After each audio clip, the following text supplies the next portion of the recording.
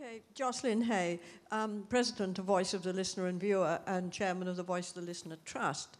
Naomi was both an honorary director of VLV and a trustee of the Trust.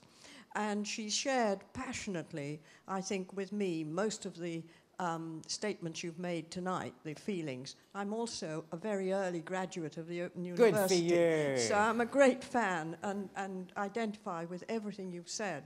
I think one of Naomi's frustrations and one of the saddest things for me is the statistic that you gave about the reluctance or the difficulty of older people in getting online and making the most of the benefits that could really help them so much, particularly when they're isolated. Do you actually have any tips that you can give us? Because through Naomi's interest and drive, we've taken a huge interest in media literacy, and it's one of our major campaigns and activities. And it is frustrating and difficult. Do you have any tips as to how we can help people overcome that technophobia and make the first step into this great unknown sea? The BBC has helped enormously so far, and so has the Open University. But that last reluctant push, do you have any tips you can give us, please? What a great I'm going question. to answer that first, Martin. Great, good. Because I've just been through it. On holiday over Easter, I took 2 days failing to get into my laptop until my 14-year-old grandson showed me how to do it. Grandchildren, Grandchildren and are very effective. No, and actually, you know, when I worked a lot in primary and secondary schools that were introducing technology, the teachers that were the most successful were the ones that didn't fear the children in the class knowing more about the technology than they did. I went into a 3rd grade once, and their teacher I walked in with the teacher, and she said, okay, that 3rd grader is my hardware support guy. That 3rd grade young woman, she takes care of software for me. This person, and it was true. She had a problem. It was, hey, Harry, yes, miss, go help that person with their mouse.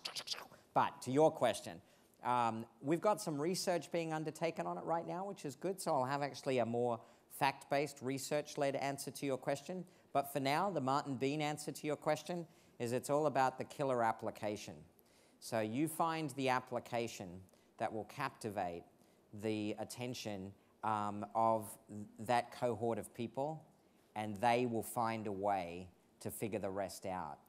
For my mother, it was Facebook, because once she saw that Facebook could connect her and her family spread all over the world and her grandkids, and there was one place that she could go where she could get a whole family update sort of in one foul swoop and then communicate out, she battled her way through the other complexities. But I do think it's about also giving them access to mentoring as and when they need it to just help them. It's almost as if you've just got to get over that first hurdle, provide the killer app, and then the rest will somewhat take care of itself. And it can often be now, you know, it can be as simple as just email, quite frankly, or instant messaging, or Facebook, or just some of these tools that can be breakthrough.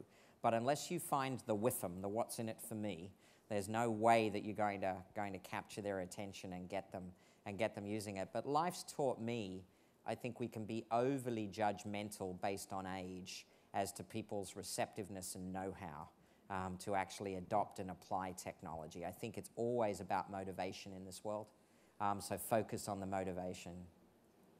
You're making me nervous. This 14-year-old grandson wants to have me as his friend on Facebook. Say yes, Grandpa. I've said no.